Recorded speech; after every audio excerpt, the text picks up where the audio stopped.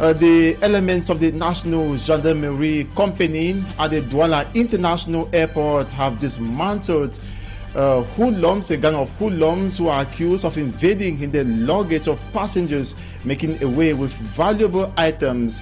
They were caught recently in possession of valuable items and mobile phones of different brands worth over 2 million francs CFA.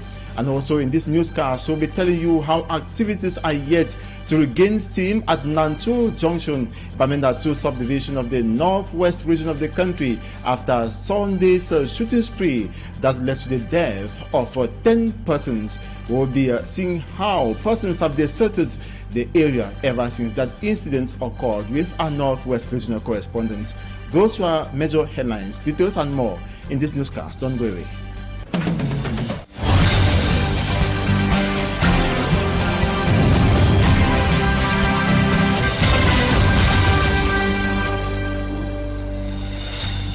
Good evening once more to you, viewers. You're welcome to this 6 p.m. newscast on Equinoxe television. We begin in the northwest region of the country with our northwest regional correspondent, Nous, who tells us today that activities are yet to regain steam at Nancho Junction, where unidentified gunmen, baptized by the Ministry of Defense as separatist fighters, attacked the locals, killing at least 10 persons. Activities are yet to regain steam in that locality of the Bamenda 2 subdivision. Visiting the area today, she says it is deserted and family members are preparing to bury their loved ones who were victims of that shooting spree. We have more in her report.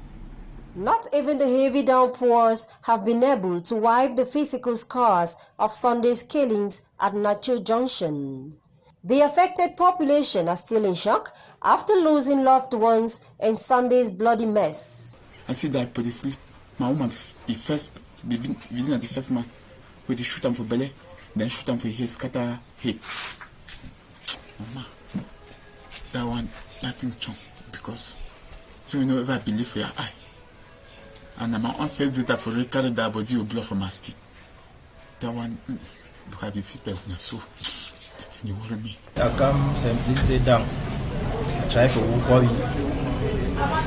If you like try to talk something. I know if you hear. So I want to hear a block for him up.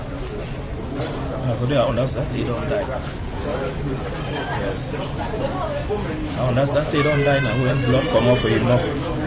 We have been trying for carry go or something. Or man did run in and run. No man know the way if he hell every you and carry on. That's all. Equinoxe television met a near empty street 2 in Tassa neighborhood in Bamenda 1 subdivision. The few still around said 8 people were selectively removed from their houses just about 200 meters from the building where 5 boys were killed on Friday. The 8 were later executed between Bamenda 1 and Bamenda 2 subdivisions in an area popularly called Nancho Junction.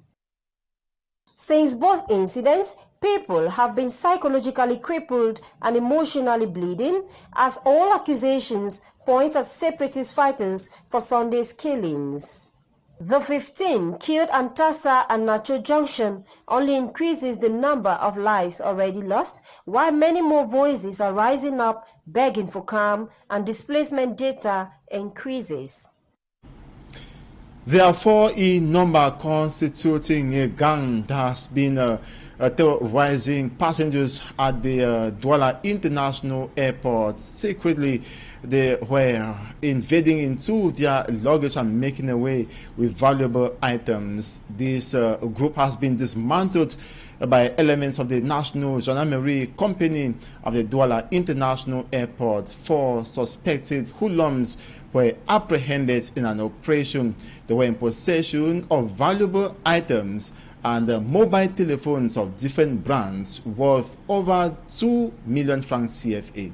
Ese Lucy Liango has details.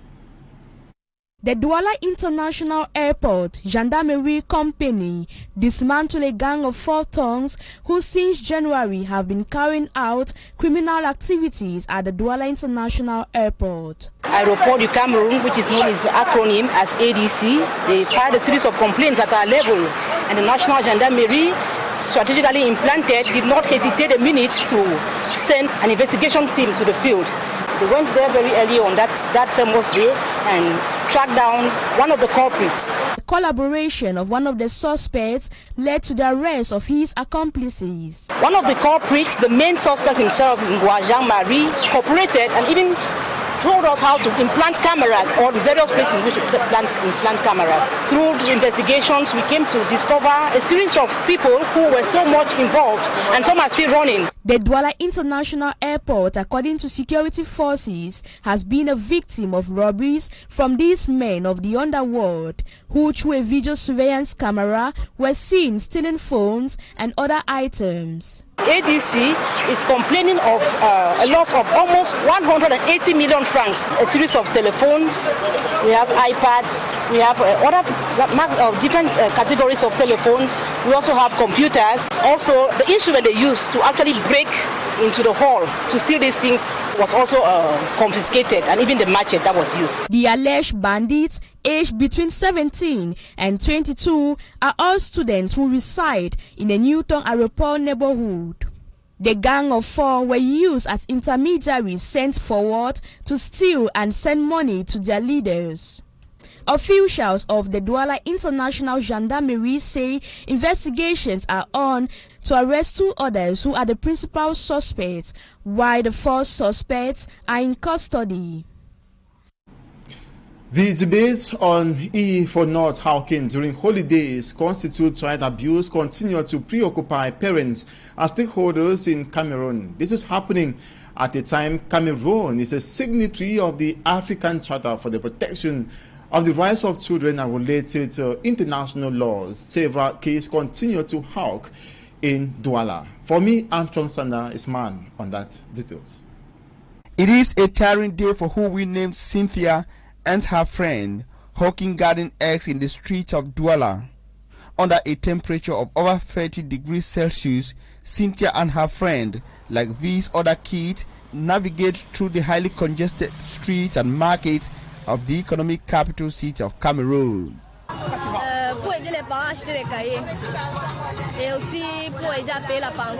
Their motivation is appreciated by parents who justify it on the growing cost of living. This,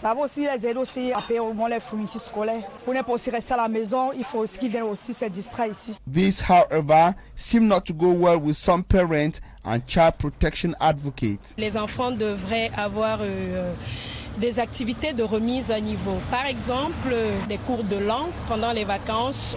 In Cameroon, the CRC and the African Charter on the Rights and Welfare of the Child were recognized, accepted and ratified as part of the laws ensuring the protection of children's rights and welfare.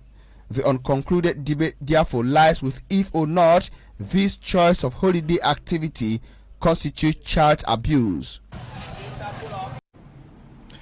Away from that, Cameroonians continue to complain about the poor state of roads in the country. Parts of toll gate fees should be used for road construction, and economists says it is difficult because of corruption that keeps prevailing in the Republic of Cameroon, where authorities say they are striving to have it buried.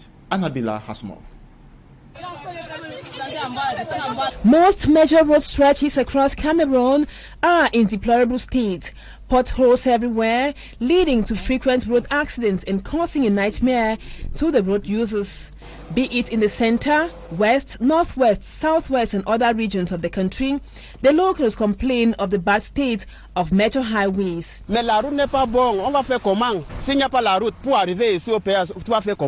of the roads are to be reconstructed or rehabilitated with money collected from toll gates. Cameroonians wonder what are the millions collected as toll gate fees daily is being used for. Edmond Kuate, an economist, thinks the first setback is mismanagement. The toll gate themselves are producing a lot of money, but most I mean, huge part of this money is going into the pocket of individuals simply because it's been operated manually. The rate that has been embezzled by private people is in between 40 and 45%. That's just too much. With the construction of automatic toll gates in some parts of Cameroon, the population think a feasible solution is closer.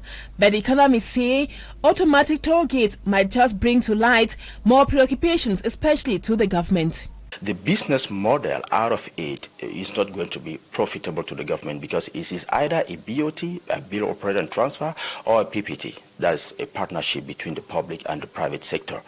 And it is for like 25 years. If it is a BOT, it's like 25 years. They will operate for 25 years before transferring the infrastructure to the government. And after 25 years, you agree with me that after 25 years, this infrastructure will already be, at the second state. So today, the main priority for those who are actually disbursing their money to construct this toll gate, their main priority is to take back their investment. 10 is a concrete way forward at ensuring that Cameroonians enjoy plying on good roads. The government has to put in place a whole policy to maintain the road. Reconstructing road is not a problem because if you go through some road that have been reconstructed just 5 years ago, you realize that they are already deteriorating. It's simply because there is no real maintenance policy behind after constructing the road. So today the government has to put in place a whole policy to maintain the road. I've always said that the Ministry of Public Works today is not longer, viable. What we have to talk of the Ministry of Infrastructure, Development and Maintenance. Statistics from road security organizations indicate that over 3,000 Cameroonians lost their lives every year in road accidents, most times caused by poor road infrastructure. And now we take you to news out of Cameroon. At least 34 persons have reportedly died in an accident, a bus crash and caught into flames in Algeria. And also in Kenya, authorities have deployed security officers in key towns amidst a resumption of protests on high cost of living organized by the opposition. Malak Glory has more. And in Kenya, 12 people have been severely injured in a protest organized by opposition leaders on the street of the capital, Nairobi, on Wednesday, following high cost of living. Police fired tear gas against them as they began a 3-day demonstration. People have kept away from the city's central business district and many shops remain closed. Schools in the capital and the coastal city of Mombasa remain shut after government order in anticipation that the protests will become violent. The demonstrators have barricaded some roads in the capital and elsewhere in the country. In Nakuru, in the Rift Valley region, police looped tear gas to disperse protesters who blocked roads and lit fires. Kenya's opposition have called for the protest amid rising discontent over the tax hikes passed last month by the government of President William Ruto, who during the election campaign last year promised to champion interests of the poor. However, since President Ruto came to office, prices have continued to increase while his government has raised taxes. And that's where we dive into the second segment of this newscast, Talking Points in a jiffy. Stay with us.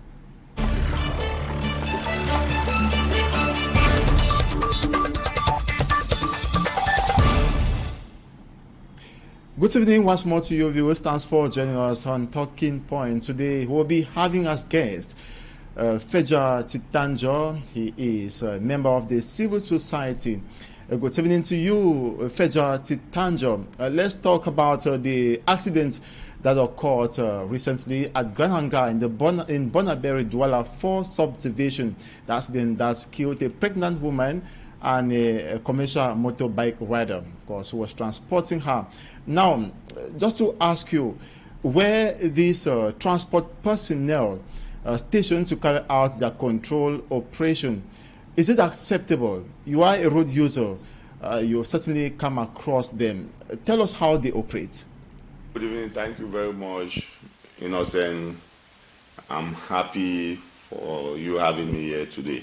The first thing I want to say is I want to give my condolences to the bike rider that was killed in an accident and the pregnant woman who also lost her life in the terrible accident that occurred at Gananga. It's such a sad incident, but the blame for this accident falls squarely on the transport officers who were carrying out a control at that particular market near the Marché Gananga. It is funny to notice that these transport agents, they always mount up roadblocks, mount up their checkpoints only in areas where the roads are very narrow and in areas where there's already so much traffic jam. I believe if they have to run control, they should go to an area where the road is wider and where the traffic flow is more easy, rather coming in front of a market where there's so much traffic jam and coming to increase the traffic jam. This slows down economic activity and it is not good. To be honest, the blame falls squarely on this transport officer, because I don't know the kind of training they receive. When they come with their spikes, they just come with a vehicle, they don't even give you any sign to stop. They rush onto an oncoming vehicle and they come with their spikes on your tires. And I'm sure this is why the taxi driver who was trying to run away from the spikes so that his tires cannot be destroyed had to get into this accident which caused the life of the bike rider and the pregnant woman. These guys, their training is questionable. I will beg on the delegation of transport, the Minister of Transport, to do better training for them, because I believe they are trained. Fejak Titanjo, you have also been a victim. You say you have been a victim of such brutal control. What did they ask of you? I'm talking about the transport personnel who you've been meeting on several occasions as you ply the Bonaberi roads.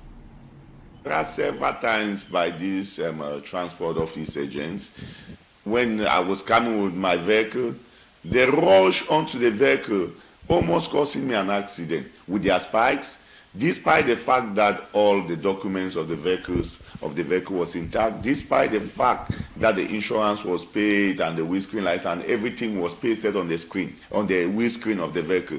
They could have even looked at the windscreen of the vehicle to see that the insurance was pasted there, the windscreen license was there. But they don't even, I don't know if they can even read or write, because they still see a vehicle that the insurance is there, pasted on the windscreen license is there. They will still rush with their spikes on the oncoming vehicle. They are just out there to make money, because even when they get defaulters, there's nothing that is done to the defaulters. All what they do is to collect bribes from the defaulters, because they do nothing at the spot to make sure the defaulters pays the insurance or for the windscreen license. Cameroon now, we are advancing technology.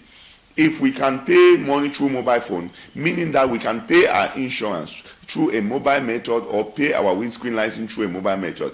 If they have agents at those control points that if a defaulter is met and he is forced to pay the money, then it will be rather better than collecting bribes from these people who will still walk away without paying for the insurance and the windscreen licenses.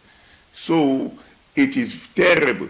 And I had this experience once or twice where I was coming and I was stopped and they asked for my first aid box. I gave them a first aid box, and I was asked to give 25,000 that I've defaulted because my first aid box does not contain condoms in it. So I don't know who wrote those laws that if the first aid box of a car doesn't contain condom, it's a 25,000 fine. This is what these agents told me. The other time I was stopped and I showed my first aid box, haven't bought the condom and placed it in the first aid box now to avoid problems. They told me that my first aid box was plastic and I needed a metal first aid box, that I had to have defaulted. I have to pay a penalty of 25,000. The next time I got a metal first aid box and I was stopped by another control who said my first aid box has to be a wooden first aid box, that the law I've defaulted, I have to pay 25,000. So when we look at these guys from the ministry and the delegation of transport, I tend to believe that they are thieves. We keep on blaming policemen and gendarme officers for the maltreatment of citizens, but I believe that these guys from the delegation of transport are worse, because the way they harass passengers and drivers on the way, even our police officers and our gendarme officers have never harassed our citizens the way these transport officers. Do these transport personnel actually impound vehicles and take them to their offices as proof they are doing a just job? When you pass through any control of theirs, you will discover that they actually get some defaulters. But rarely is a vehicle ever impounded. If they get 20 defaulters, maybe one vehicle can be impounded. The rest who can pay, they go. So this, first of all, discourages some defaulters from paying these taxes because they know that these transport officers will always collect bribe.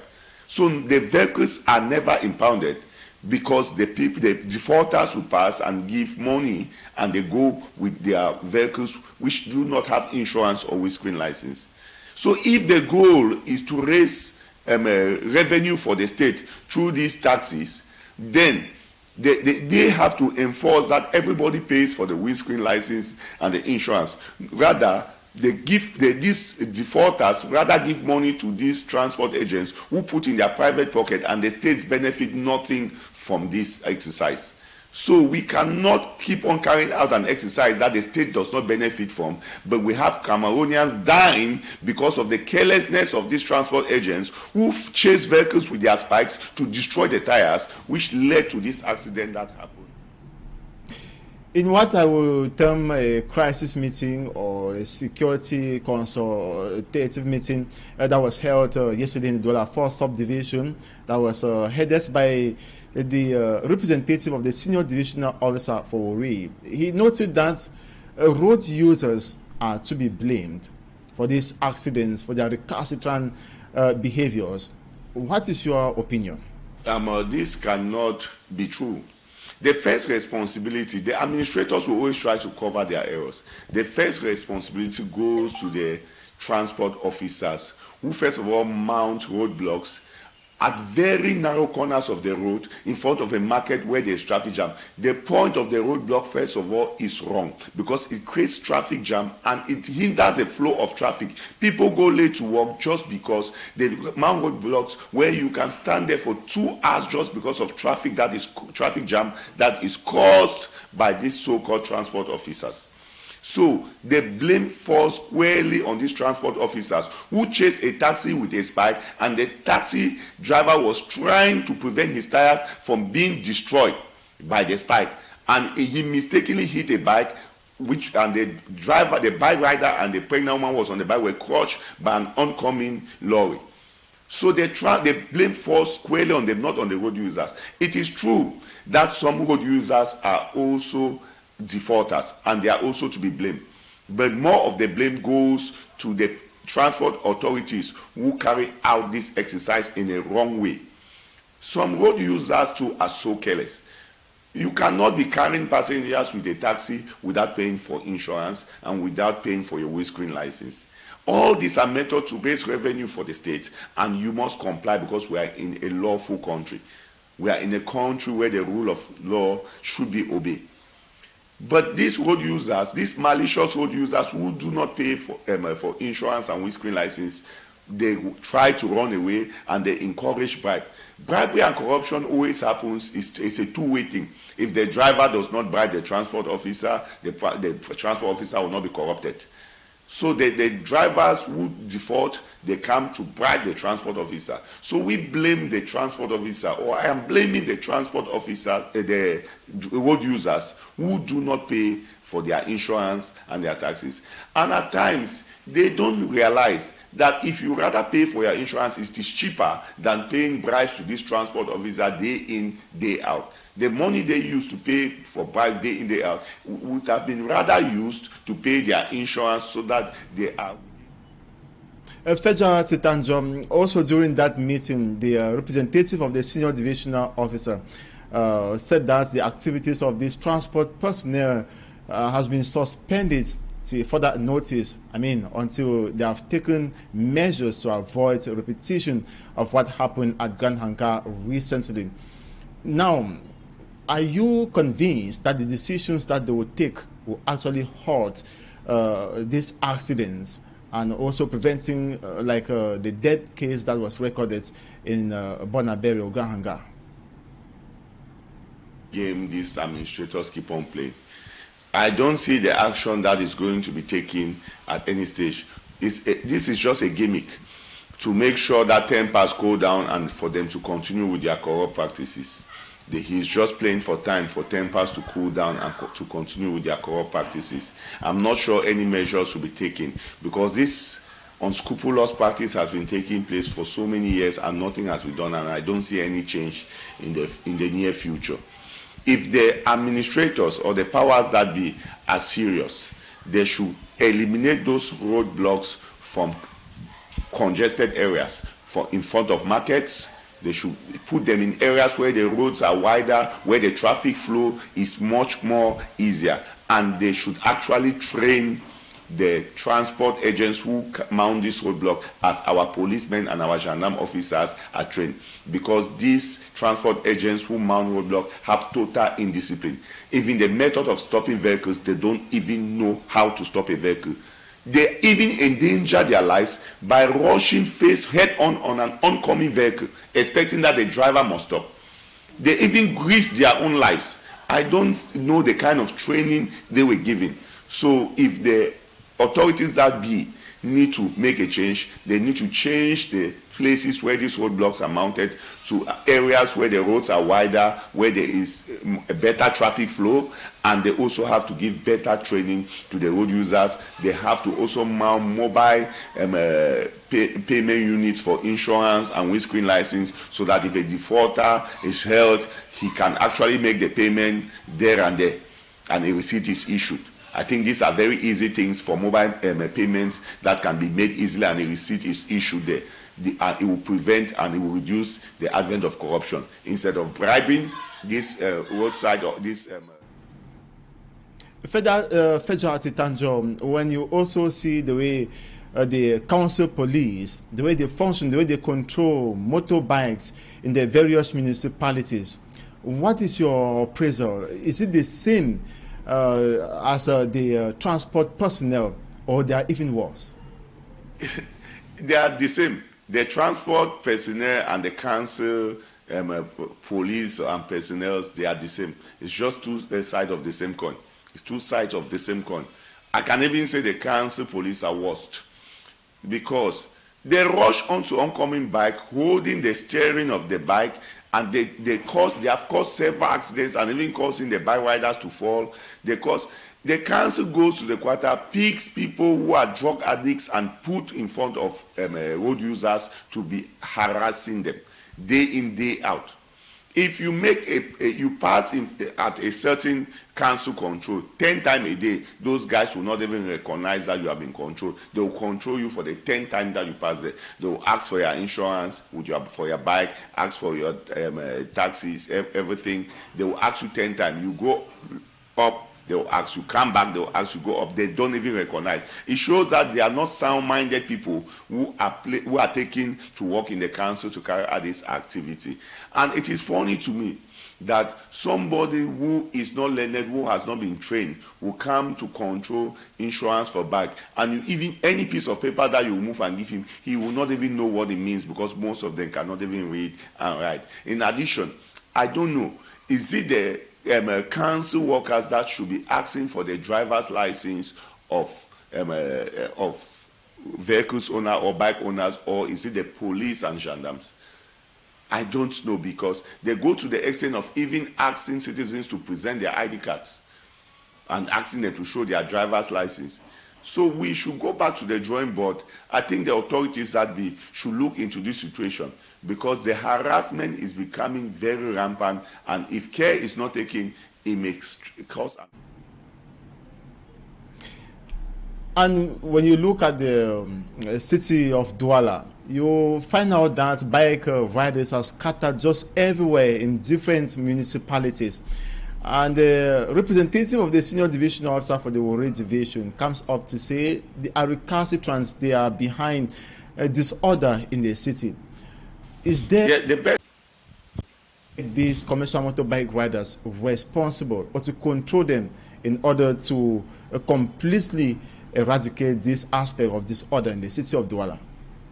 Yeah, the best way of controlling bike riders, first, I think what the council has done, they are on the right track, but they just need to do some more adjustment. Every bike rider must be in a bike rider syndicate. They can open several units, and if you are not in a unit, you should not be a commercial bike rider. If from those syndicates, the control can be done, their taxes can easily be collected. So there should be strict control that every bike rider it belongs to a certain bike rider syndicate, and through that syndicate, there's a president, there's a financial secretary, and a secretary general, where their taxes can easily be paid through their syndicate, where their insurance, whatever council taxes can be paid through their syndicate. And then they should have uniforms. Each syndicate should have its uniform. So once you don't belong to a syndicate, then you are not considered a commercial. Before you go, Feja Titanjom, I want to find out from you, I don't know, if the communication between the commercial motorbike riders and the council police is actually fluid. Do they understand themselves in order to ensure that the regulation, I mean, the way they regulate traffic or control of these commercial motorbike riders, and also the way the motorbike riders respond to them, is actually perfect? Things should be made clear. Who writes this text? We want to know who writes the council text. Is it somebody who sits in his house and writes the council text? If a bike is captured because there is no insurance, how much is the penalty? This thing should be fixed. Because what we realize, we are in Duala where there's so much traffic, so we take bikes. At times you can take a bike, you don't know that this bike belongs to a defaulter who has not paid the insurance. And when you get to a control, they say, okay, stop, show your insurance, he has no insurance. They say the penalty is 25,000. You go to the next, they say penalty is 50,000. So they keep on calling figures. Some say it's 60,000. We don't know the figure. The council authorities, the municipal authorities should make things public. If defaulting to pay your bike insurance, if the penalty is 10,000, it should be made public that is 10,000. It should not be such a case that if your bike or your vehicle is carried to the council, it is there that any amount is coughed out of the air and asked for you, looking at your face. They determine the amount that you have to pay, looking at the way you dress or your face. The amount should be fixed. And most often, these bikes don't even get to the council. They don't even get to a council because the defaulters always give money to these council agents, and they go with their bike, continuing with that. Well, thank you so very much, Feja Titanjom. I just recall that you're a member of the civil society, you're a road user as well, and you've just recounted also what you've experienced with the road control officials or agents. And thank you also, viewers, for joining us on today's edition of the newscast as well as Talking Points. We're so grateful. And we are hoping to meet you tomorrow, same time, God willing. But we're enjoying you to stay put to more programs on Equinoxe Television, as coming up next will be the program Equinoxe. Good evening.